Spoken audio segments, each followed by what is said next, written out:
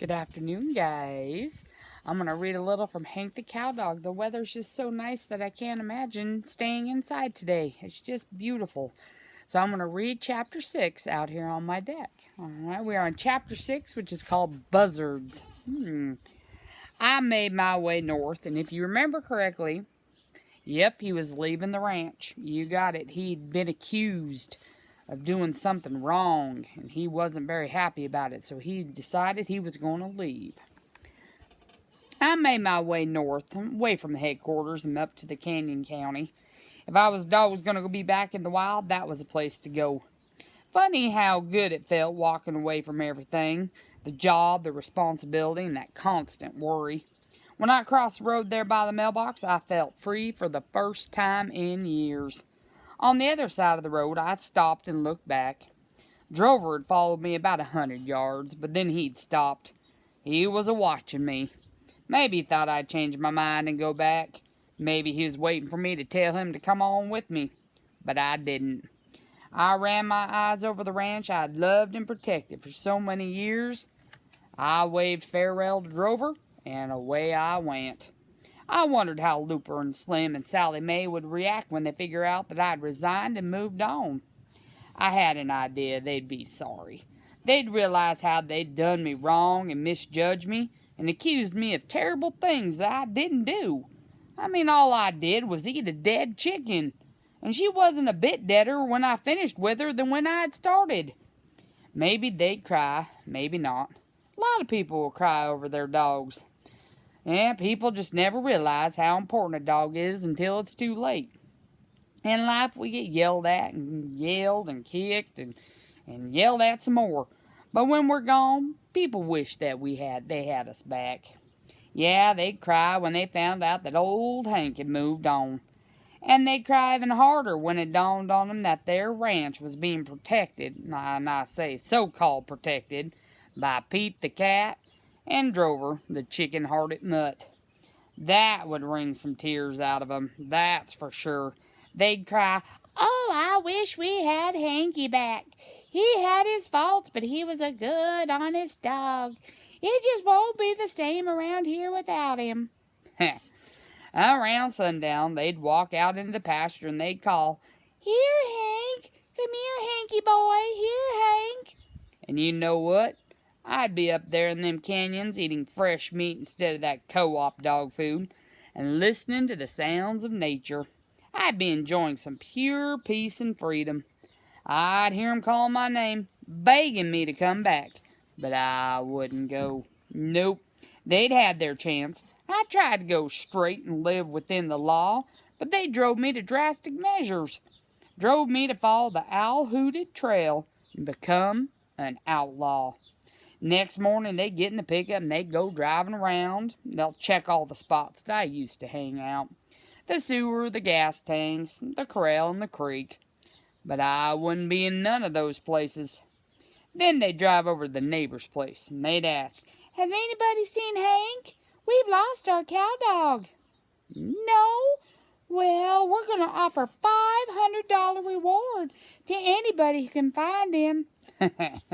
Then they'd start driving through the pastures, honking the horn and just a-calling, "Hank, here boy, come on home, Hanky. We miss you. We're sorry for everything we've done. We'll do anything just to have you back." Laying off in them canyons, I'd hear 'em calling. I'd peek through the rocks and I'd see 'em driving slow across the pasture. But I won't go back. Injustice has changed me, turned me bitter, snapped something inside me. Anyway, that's what I was thinking about when I turned my back on the ranch forever and I hit the Owl Hoot Trail. They say you're not supposed to feel good about other people's misfortunes, but I gotta admit, it gave me considerable wicked pleasure to know that I'd just left 'em weeping and that with me gone, the ranch was gonna fall apart real quick like. That's the kind of satisfaction that dog food and flea collar just won't buy you. Must have been late afternoon when I reached the wild country up near the head of one of them canyons. It was pretty hot down there, not much of a breeze, and them canyon walls rose up 100 feet in the air. couple of buzzards were floating in the sky overhead. I was pretty tired, and my feet were kind of sore from walking over all those rocks. So when I found a little spring water, I jumped right in and rolled around. It was pleasant, not nearly as satisfying as rolling in the sewer, but that's just one of those things about my old life I would miss. I always look forward to the middle of the day when Drover and I used to go down to that place where the septic tank overflowed. We'd hop in and splash and roll around with our paws up in the air. We'd get out and have a good old-fashioned head-to-tail shaking. You can say what we want about spring water, but if you ask me, it ain't near as refreshing as healthful as good old septic tank water. And I always liked the deep, rich, manly smell of it. I mean, a dog ought to smell like a dog, seems to me. I never did have no desire to be one of those city dogs, get their hair clipped and their toenails painted. Then they get all sprayed up with that perfume. That perfume gives me a headache. It stops up my nose. Anyway, that spring pool wasn't as refreshing as the sewer, but I managed to cool myself down and satisfy my thirst. I wallowed around in it for 10 or 15 minutes, and when I was ready to get out, I noticed I'd had some company. Those buzzards that had been floating above, they dropped in for a visit. 2 of them, in fact. They were perched on the ground near the edge of the pool just staring at me. I showed them some fangs right away. I mean, I try to be friendly and all that, but there's just something about a buzzard that don't sit right with me. Maybe it's because they're so ugly. Looks ain't everything in life, I know. Well, unless you happen to look like a turkey buzzard. And then that's pretty crucial. It's hard to be friendly to something that ugly. So I gave them a growl. They bent their necks forward and stared at me. Then Wallace, the older of the 2, said, "We thought maybe you were dead." "Thinking gets birds like you into trouble. Run along, I got things to do." They didn't move. So I stepped out to dry land and I shook myself. Throwed water all over Wallace. He dropped his wings and took a couple steps backwards. "He ain't dead, Junior. You made a mistake."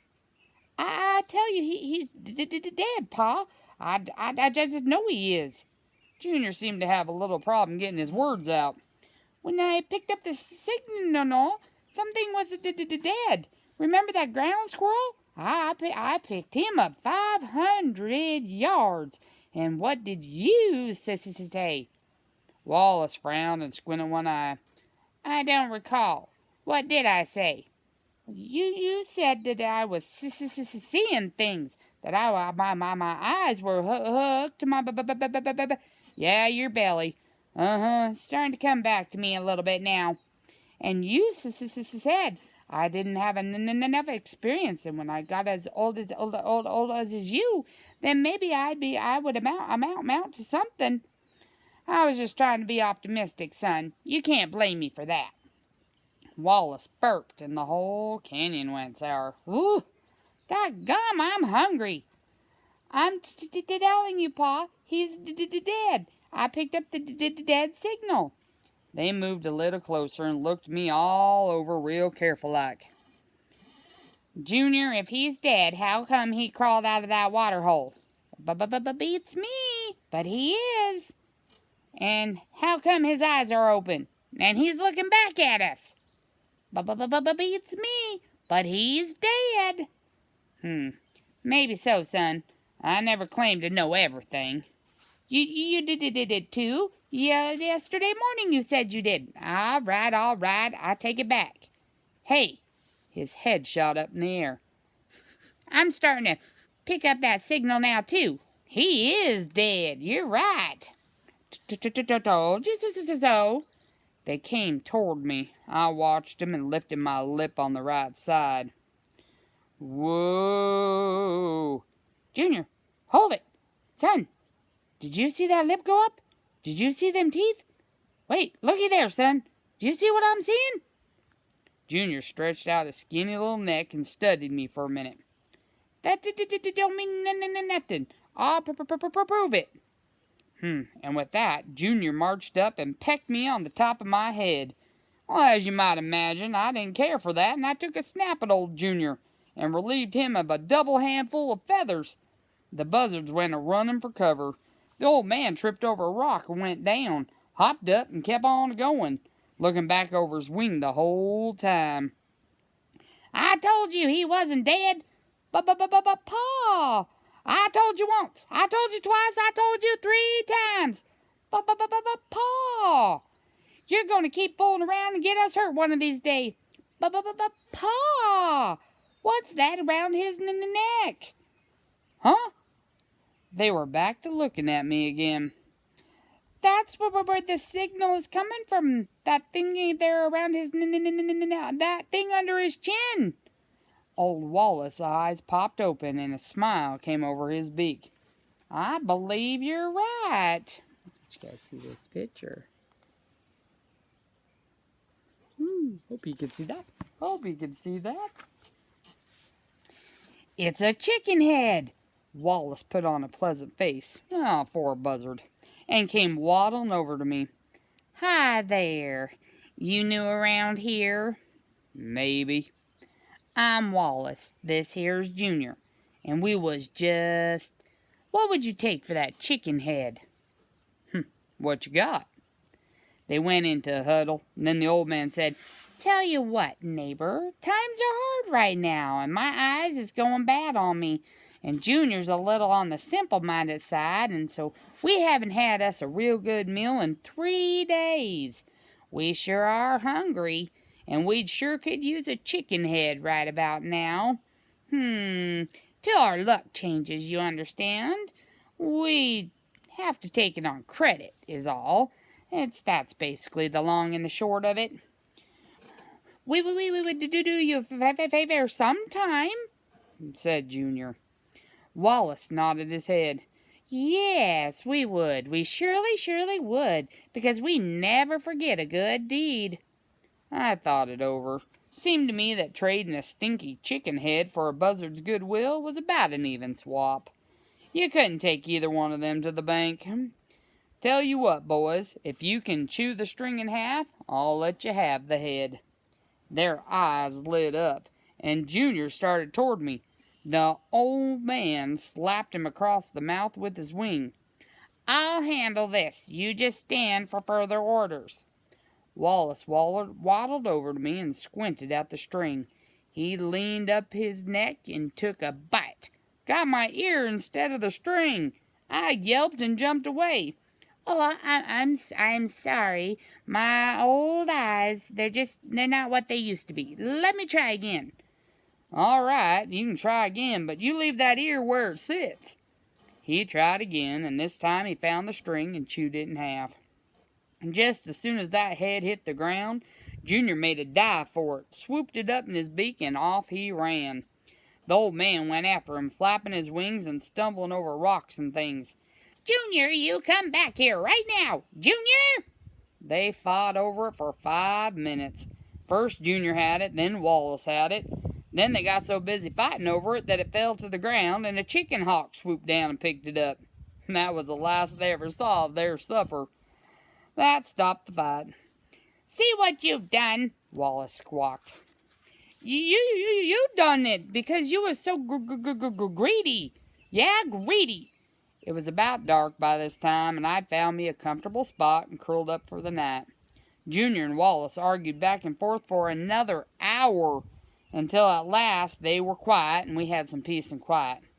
As I was drifting off to sleep, I heard Junior's voice again. Pa? What?" "I'm hungry." "Well, you ought to be, after the way you acted." Then there was silence. Pa? What?" "You ever eat a dog?" I raised my head. "The first one of you that comes creeping around me here in this night's gonna get his legs tore off, one by one." I didn't hear another sound out of them birds for the rest of the night. And they didn't stick around for breakfast. Alrighty, guys, that's the end of chapter 6. We are on chapter 7. Ooh. And the name of that chapter is True Love. True Love. Alrighty, guys, we'll talk to you later.